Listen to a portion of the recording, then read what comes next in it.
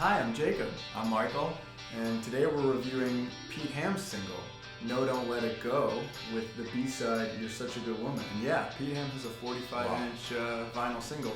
So as the vinyl verdict, we did Joey, we gotta do the only other solo 45 from the Badfinger members.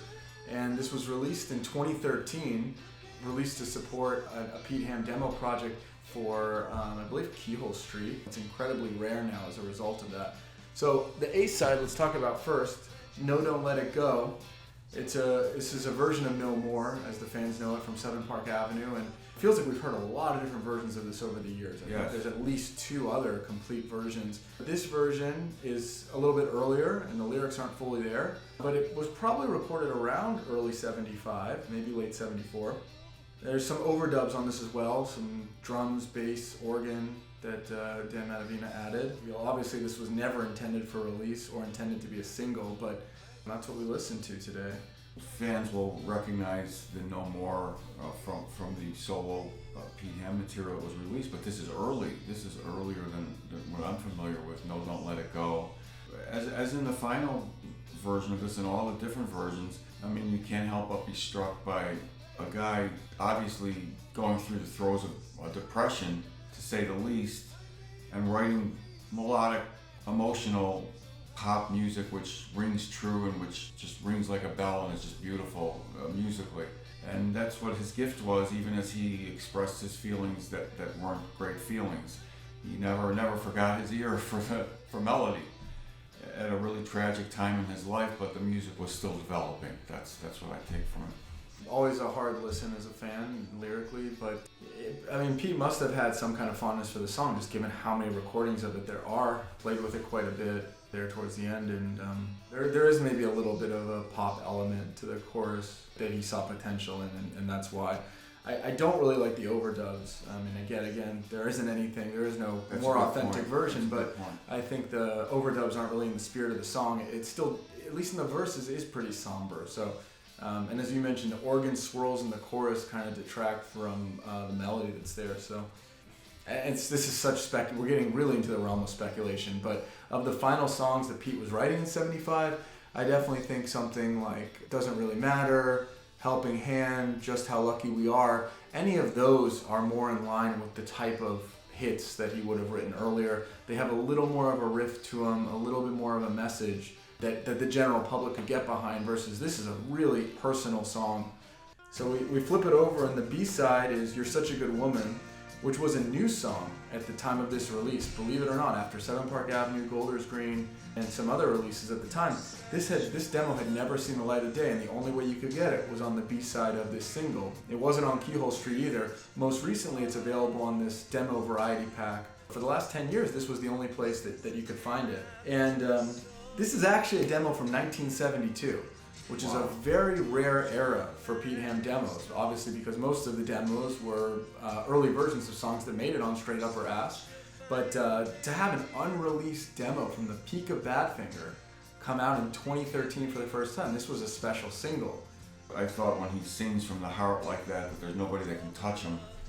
His voice was always so beautiful and so spot on, and even live, just so strong, it moves you, and of course I loved it.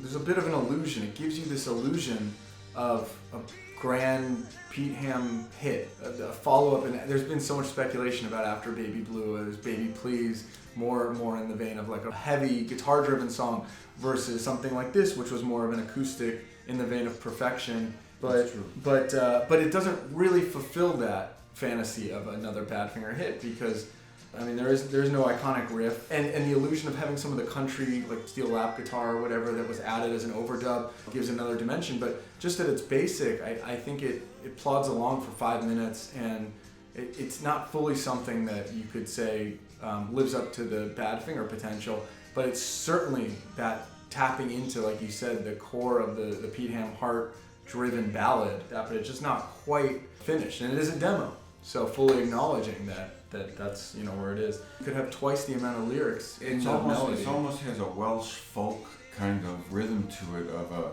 a country song, not as we know it from Nashville, but almost a Welsh country kind of a feel to it.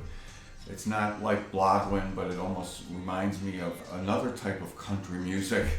It's unique in that way to me, and I don't look at it as being finished. I think we have a little glimpse into an artist who was dealing with depression and a lot of things, and still producing and still writing and still wanting it to make sense musically. And to me, his worst day in the studio would leave the most beautiful art in its wake, because I just think there was a lot going on. And always so interesting that, like, when was this recorded? Like, was this, he got home from the tour and took out an acoustic guitar, and again, it's a 5-minute song with a lot of different verses in here. So he spent, this was not like a spur of the moment, I like this progression, this melody, and he's humming it. He wrote the full lyrics for a song here and then decided to abandon it and, you know, work on something else the next week. So it's very interesting insight into like Pete Ham's style of writing, and never revisiting it at the end when there was pressure to put out, you know, multiple albums per year under the Warner Bros. Contracts.